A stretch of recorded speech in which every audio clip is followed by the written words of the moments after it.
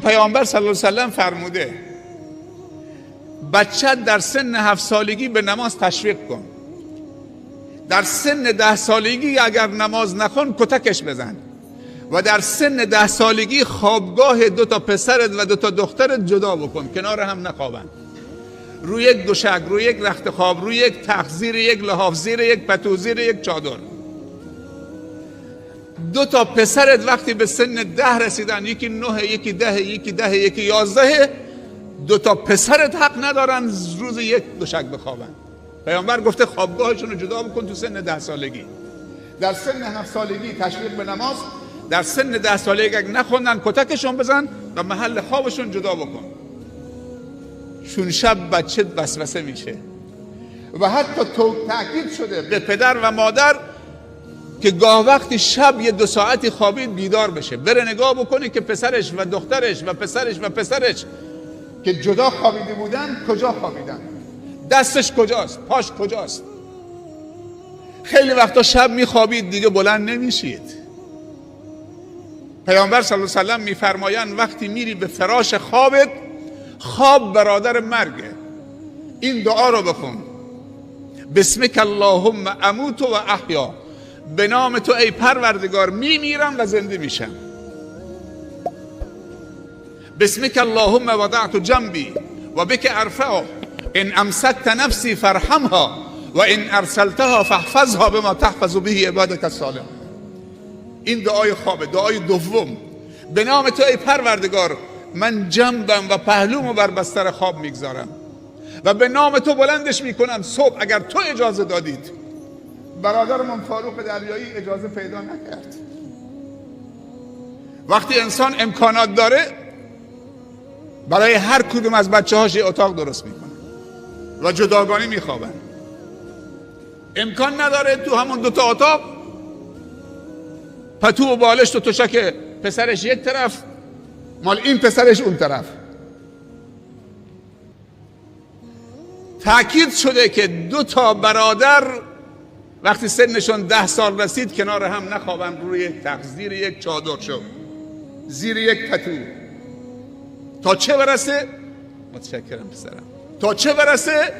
پسر 10 ساله و دختر 10 ساله 9 ساله، یعنی برادر و خواهر. این دیگه خطرناکتره. پیامبر 1430 سال پیش گفته، اون موقعی که فضای مجازی نبوده، اینترنت نبوده، این موبایلا نبوده. بعضی فکر میکنن که بعضی پدرها به بچه هاشون یا مرد به زنش میگه زن در رو قفل کردید، در حیات هم قفل زدید، پنجره ها همه بستید، طوری محکم کاری میکنه، دوربین هم گذاشته، حفاظ هم زده که دزد نیاد داخل. دزد زیر پتوست. از کجا آمده؟ دزد آمده زیر پتو. همه دزدا جیببر نیستن، همه دزدا دنبال گاو صندوق تو نیستن که جواهرات تو پولت بدزدن. دزد رفته زیر پتو، تو خوابی زیر پتوی بچه‌هات، اونجا اخلاقش داره میدزده، ایمانش زیر پتو داره میدزده. چرا خاموش کرده، پتو کشیده رو سرش، موبایلش روشن کرده داره فیلم نگاه میکنه. چه فیلمی خدا میدونه. خروپه پدر و مادر در آمده، میخواد برای نماز صبح بیدار بشه، ساعت هم کوک کرده. زیر پتو چه خبره اونجا؟ پیامبر 1430 سال پیش این هشدار رو داده: در سن 10 سالگی بچه ها خوابگاهشون رو جدا بکن.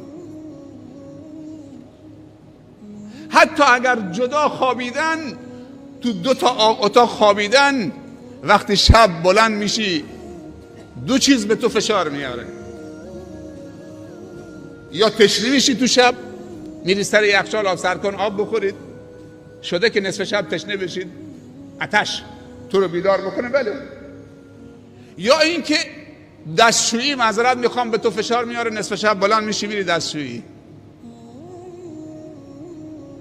و حالت سوم که بهترین حالته، این که ساعت رو گذاشتید که برای نماز شب بلند بشی، این یک توفیقه. ولی اون 2 تا طبیعیه، هر انسانی شب بیدار میشه. میگه اگه شب بیدار شدید یه سری به اتاق بچه هات بزن که نگاه کن ساعت 11 شب که درست خوابیده بودن الان ساعت 2 شبه. برو نگاه کن بچه ها کجان. یه وقتی بچه ها تو شب راه میرن، بعضی بچه ها شب راه میرن جای دیگه خوابیدن، 2 ساعت از شب گذشته بلند میشن میره چه کنار خواهرش میخوابه، دستش هم آورده دور گردن خواهرش اینطوری خوابیدن. اگر 1430 سال پیش گفته خوابگاه 2 تا بچه 10 ساله جدا بکن، پس امروز خیلی خطرناکتره. چون امروز بلوغ زودرس داریم، غذاهای شیمیایی کمک میکنه چه؟ به بلوغ زودرس. فیلم‌های مختلف جنسی، بی‌پروایی پدر و مادر، حرفایی که نباید جلو بچه‌های کوچک بزنن، همه این مسائل کمک میکنه. رسم زندگی، سیستم زندگی امروز عوض شده.